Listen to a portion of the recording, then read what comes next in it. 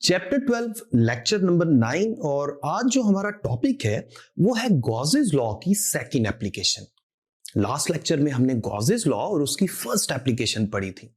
Second application में हमने क्या करना है, एक इनफिनिट शीट ऑफ चार्ज के करीब किसी पॉइंट पर इलेक्ट्रिक फील्ड की वैल्यू कैलकुलेट करनी है, यानी electric field intensity near an infinite sheet of charge.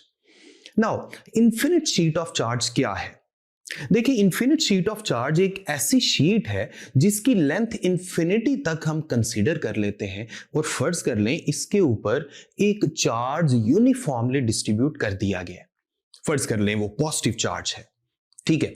तो हमारे पास एक इन्फिनिट शीट ऑफ चार्ज है जिसका एक लिमिटेड हिस्सा हमने अपनी डायग्राम में शो कर दिया और इस शीट ऑफ चार्ज पे पॉजिटिव चार्ज हमने डिस्ट्रीब्यूट कर दिया और इसके करीब कोई पॉइंट है P और इस पॉइंट पर हमें इस चार्ज डिस्ट्रीब्यूशन की वजह से इलेक्ट्रिक फील्ड की वैल्यू चाहिए।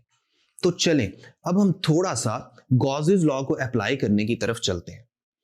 सबसे पहले तो हमने ये पढ़ा था कि जिस पॉइंट पर इलेक्ट्रिक फील्ड की इंटेंसिटी चाहिए, हमें एक ऐसा क्लोज्ड सरफेस कंसीडर करना है जो क्लोज सरफेस उस पॉइंट को अपने ऊपर रखे, यानी पॉइंट P उस क्लोज सरफेस के ऊपर आए। हम ये भी जानते हैं कि क्लोज सरफेस की जो शेप है ना, वो जैसी मर्जी हो सकती है। तो ऐसा करते हैं, हम यहां एक क्लोज सरफेस फर्ज करते हैं जिसकी शेप सिलेंडर की तरह की है और सिलेंडर की शेप तो आप जानते हैं, आपको सामने नजर आ रही है। अब मैंने क्या किया है, मैंने एक सिलेंडर कंसीडर कर लिया है जो शीट के अंदर से पास कर रहा है और इस सिलेंडर का आधा हिस्सा शीट के एक तरफ है और आधा हिस्सा शीट की दूसरी तरफ हमें नजर आ रहा है। अगर हम इस डायग्राम को थोड़ा सा घुमा के भी देखें तो आप इस पूरे सिलेंडर और इसकी शीट को बहुत अच्छे से इमेजिन कर सकते हैं। अगर हम सिलेंडर को गौर से देखें तो हमें इस पर 3 फेसेस नजर आ रहे हैं। 2 तो प्लेन फेसेस हैं, एक इस तरफ एक दूसरी तरफ। इसके अलावा हमें एक कर्व्ड फेस भी नजर आ रहा है इस तरह से। ठीक हो गया, तो 3 फेसेस हमने गौर से देख लिए। अगर मैं इलेक्ट्रिक फील्ड की बात करूं तो इस शीट के लिहाज से इलेक्ट्रिक फील्ड की डायरेक्शन क्या होगी? देखिए, शीट के इस तरफ इलेक्ट्रिक फील्ड मेरी तरफ होगी, आउटवर्ड, और अगर मैं शीट के दूसरी तरफ की बात करूं तो इलेक्ट्रिक फील्ड उस तरफ होगी, अवे, मेरे से अवे, यानी शीट के इस तरफ मेरी तरफ और शीट की दूसरी तरफ मेरे से अवे। ये इलेक्ट्रिक फील्ड की डायरेक्शन मैंने आपको बता दी। अब ऐसा करना है, हमने इस गॉसियन सरफेस जो हमने सिलेंडर की शक्ल में फर्ज किया है, हमने इसके थ्रू इलेक्ट्रिक फ्लक्स कैलकुलेट करना है। ठीक है, ऐसा करते हैं, सबसे पहले तो हम इलेक्ट्रिक फ्लक्स कैलकुलेट करते हैं phi E is equal to E dot A वाले फॉर्मूला से, जैसे मैंने आपको स्टेप्स में बताया था कि कैसे कैसे हमने गॉसेस लॉ को अप्लाई करना है। तो सबसे पहला स्टेप तो यही था। तो ऐसा करते हैं, इन 3 सरफेसेस को कोई नाम दे देते हैं। इस तरफ वाला जो प्लेन फेस है इसको S1 कह दें, दूसरी तरफ वाला जो प्लेन फेस है उसे S2 कह दें, और जो कर्व्ड फेस आपको नजर आ रहा है इसे मैं S3 का नाम दे देता हूं। अगर आप S1 सरफेस को देखें तो इसका वेक्टर एरिया बिल्कुल 90 के एंगल पे मेरी तरफ होगा, यानी फेस सरफेस ऐसे है, सर्कुलर फेस, और उसका वेक्टर एरिया मेरी तरफ है और इलेक्ट्रिक फील्ड भी मेरी तरफ थी। कह सकते हैं कि इसके अंदर से जो इलेक्ट्रिक फील्ड पास कर रही है उसका वेक्टर एरिया से बनने वाला एंगल 0 है। तो आपके पास electric flux through this face कितना आ जाएगा? फाई E1 से अगर मैं उसे जाहिर कर दूं, phi E1 is equal to EA cos of 0, cos 0 1 हो गया और आपके पास EA बच गया। अब हम चलते हैं दूसरे फेस की तरफ। दूसरे फेस में अगर आप गौर करें तो हमारे पास इलेक्ट्रिक फील्ड इस डायरेक्शन में है, मेरे से अवे, और उसके लिहाज से वेक्टर एरिया भी मेरे से अवे ही है, वहां भी एंगल 0 ही बन रहा है। इसका मतलब है उस फेस के थ्रू जो फ्लक्स है वो भी हमारे पास आ गया, phi E2 is equal to EA cos of 0। यहां भी कॉस 0 की जगह 1 आ जाएगा और आपके पास फ्लक्स EA बन गया। अब हम बात करते हैं कर्व्ड फेस की। अगर आप कर्व्ड फेस की बात करें तो कर्व्ड फेस में गौर से देखें, अगर हम वेक्टर एरिया बनाएं तो या तो इस तरफ बनेगा या अगर नीचे वाली साइड से देखें तो डाउनवर्ड बनेगा। किसी भी ओरिएंटेशन में आप देख लें, इलेक्ट्रिक फील्ड तो मेरी तरफ है और वेक्टर एरिया 90 के एंगल पर है। इसका मतलब है कर्व्ड फेस के लिहाज से अगर देखा जाए तो वेक्टर एरिया और इलेक्ट्रिक फील्ड के दरमियान 90 का एंगल बन रहा है। और यहां पर अगर मैं इलेक्ट्रिक फ्लक्स का फॉर्मूला यूज करूं, phi E3 is equal to EA cos of 90, तो cos 90 क्या होता है? जीरो। सारा कुछ जीरो हो गया। अब अगर मैं टोटल फ्लक्स निकालना चाहता हूं तो मेरे पास टोटल फ्लक्स आ जाएगा phi E is equal to phi E1 plus phi E2 plus phi E3। इन तीनों की वैल्यूज पुट करें, आपके पास EA प्लस जीरो, और इनको ऐड करने से हमारे पास 2EA बन गया। इसे अब नाम दे दें इक्वेशन नंबर 1। अब हम चलते हैं गॉसेस लॉ वाले फॉर्मूला की तरफ।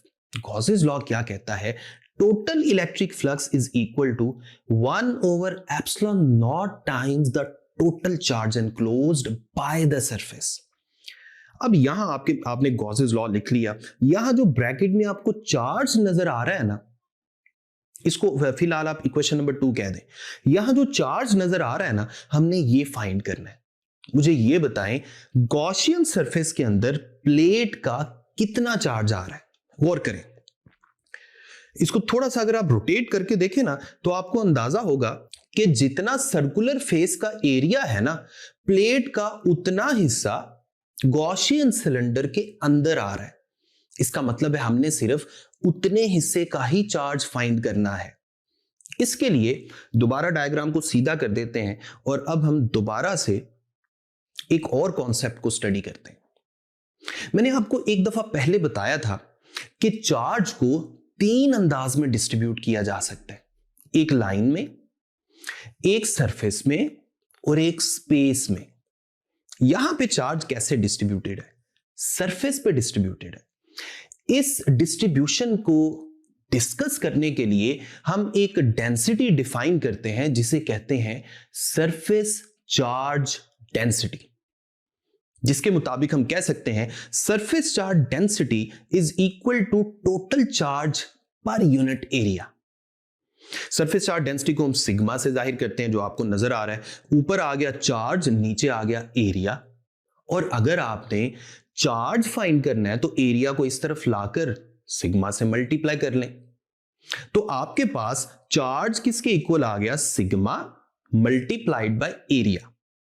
अब आप गौर करें, जो हमारे पास डायग्राम थी, गॉसियन सरफेस के अंदर प्लेट का कितना एरिया आ रहा था? बिल्कुल उतना ही एरिया आ रहा था जितना सिलेंडर के साइड वाले फेसिस का एरिया था। S1 और S2 का जितना एरिया था, जिसका नाम हमने रखा हुआ था A। इसका मतलब है यहां भी एरिया की जगह A ही आएगा। तो आपके पास एनक्लोज्ड चार्ज कितना आ गया? Sigma multiplied by A। इसे आप नाम दे दें इक्वेशन नंबर 3। अब इस चार्ज को इक्वेशन नंबर 2 में पुट करें तो आपके पास बन जाएगा 1 over epsilon not multiplied by sigma A। इसे इक्वेशन नंबर 4 कह दें। अब इक्वेशन नंबर 1 और इक्वेशन नंबर 4, इन दोनों को कंपेयर कर लें। कंपेयर करेंगे तो आपके पास आ जाएगा 2EA is equal to 1 over epsilon naught sigma A। अब आप एरिया को कैंसिल कर दें, 2 को दूसरी तरफ ले जाकर डिवाइड कर दें, आपके पास इलेक्ट्रिक फील्ड आ जाएगी sigma divided by 2 epsilon not. ये है हमारे पास एक इन्फिनिट शीट ऑफ चार्ज के करीब किसी पॉइंट पर इलेक्ट्रिक फील्ड इंटेंसिटी की मैग्नीट्यूड। अब ये तो हम जानते हैं कि इलेक्ट्रिक फील्ड एक वेक्टर क्वांटिटी है, इसकी कोई ना कोई डायरेक्शन भी है। यहां पे हमें इसकी डायरेक्शन नजर भी आ रही थी। अगर शीट ऑफ चार्ज के लिहाज से देखा जाए तो पॉजिटिव चार्ज है तो इस तरफ मेरी तरफ है, और दूसरी तरफ जो इलेक्ट्रिक फील्ड की डायरेक्शन है वो मेरे से अवे है। अब हम ऐसा करते हैं, इलेक्ट्रिक फील्ड के ऊपर वेक्टर का निशान लगाते हैं, साथ मैग्नीट्यूड लिखते हैं सिग्मा ओवर 2 एप्सिलॉन नॉट, और साथ एक यूनिट वेक्टर लगा देते हैं। यूनिट वेक्टर का नाम मैं रख देता हूं आर हैट, और हम बता देंगे कि r hat is the unit vector in the direction of E vector. सिर्फ इतना आपने नीचे बता देना है। और अगर मैं डायग्राम में देखूं तो आर हेड की डायरेक्शन अगर शीट के इस तरफ देखा जाए तो मेरी तरफ होगी, शीट के दूसरी तरफ देखा जाए तो मेरे से अवे होगी।